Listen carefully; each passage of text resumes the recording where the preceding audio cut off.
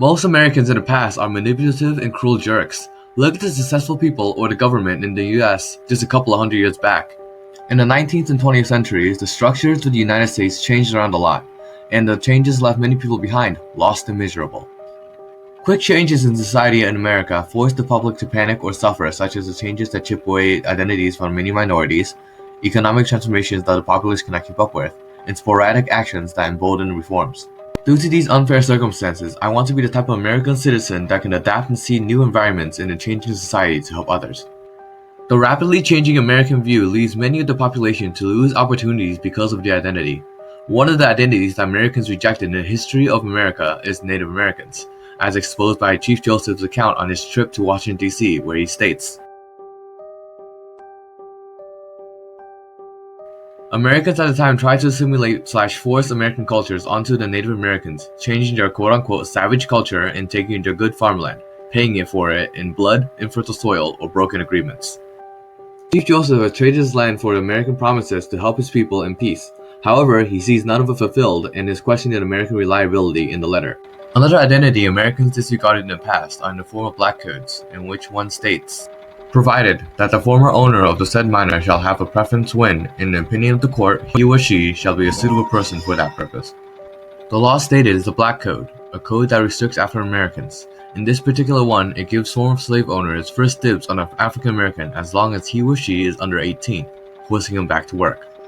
This situation puts people of color in a very tough and unfair spot as it takes advantage of their lack of opportunities and experience in their newly issued rights.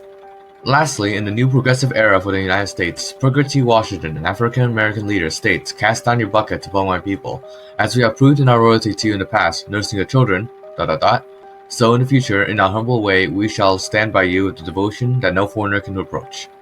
The compromise is due to the massive amounts of immigrants moving in and taking jobs with less compensation.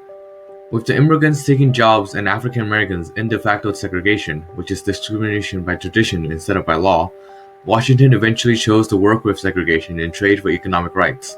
That is how desperate the situation has become.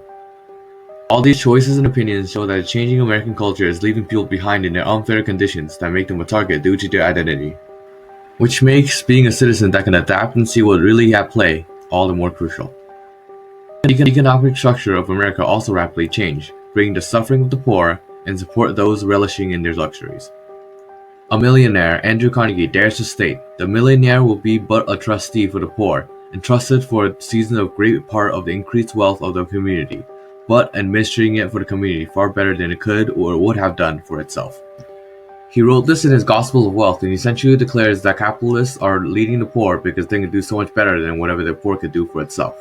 However, through history, it is shown that he gained his wealth through unfair means of monopoly and use of vertical and horizontal integration, new and unjust economic tactics that push competitors out of the competition. Other examples of this trend that changes leads to suffering is Henry Ravenel's Fearful to Contemplate letters, where he states that they have always been faithful and attached to us. There is a feeling towards them somewhat like that of a father who is about to send out his children onto the world to make their way through life. Ravenel wrote this in response to the new Emancipation Proclamation, freeing the slaves. He tried to appeal to his audience to feel sympathy for his so-called family of slaves. Slaves at the time were significant to the wealthy in agriculture in America as they provided most of the labor to keep the rich prosperous, and so Henry Ravenel wants to keep his slaves. This shows that swift changes such as the Emancipation Proclamation will lead to people to refuse the changes and try to revert them, even if it involves putting people back into slavery. Lastly, Lyman Jennings Bryan also showed this point in his Cross of Gold speech, where he states, "We will answer the demand for a gold standard by saying to them, you shall not press down upon the brows of labor in this crown of thorn. You shall not crucify mankind upon a cross of gold." The government was trying to enforce the gold standard, meaning the US will only use gold as a currency, opposing to the gold and silver proposal. The gold standard is a problem for the poor farmers who needs more money circling around to have a chance to stay out of debt, and they cannot afford the new enforcements of an all-gold economic system.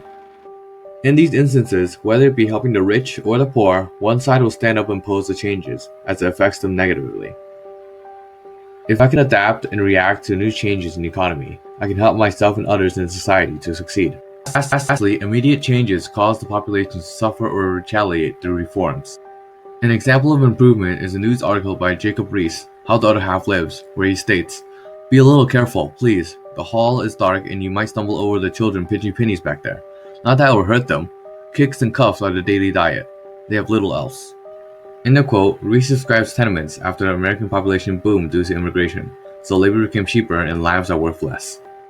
The poor man's hotels became areas of overpopulation. Meanwhile, the rich do not even know. Then, muckrakers, journalists that set out to encourage reforms, such as Reese, publicized them with real pictures and descriptions of tenements, promoting the reforms. One more instance of quick reforms is Emma Goldman's I Will Kill Frick autobiography, where he declared, I will kill Frick, and of course I shall be condemned to death. I will die proudly in the assurance that I gave my life for the people, but I will die by my own hands, like Ling. Never will I permit our enemies to kill me. In her statement, she declares to kill Frick, the person put in charge of the Carnegie Steel Corporation, and killed a handful of people with Pinkerton detectives to fight out protests. The Carnegie Corporation believed in social Darwinism, an appliance on Darwin's theory of evolution on social status, and so thinks that the poor should stay poor because they are not as smart as the rich. The deaths were not expected, and Goldman responded with declaration to kill Frick, the one responsible for the sporadic action. The reaction further proves the theme that quick changes cause protests and suffering continues. Just like how the Civil War amendments also caused panic from the public when it stated, the rights of citizens of the United States to vote shall not be denied or abridged by the United States or by any state on account of race, color, or previous condition of servitude. The quote is from the 15th Amendment, essentially stating that racism is not a reason to deny one's voting rights, which does not seem bad at first.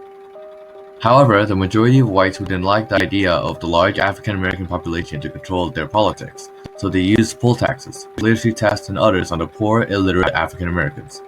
This disenfranchisement of African Americans would go on for about another century. Overall, the changes in law and actions encourage reforms as it makes the people panic and act rationally. I want to be the type of American citizen that can adapt and see new changes so that I don't have to panic when something new comes up.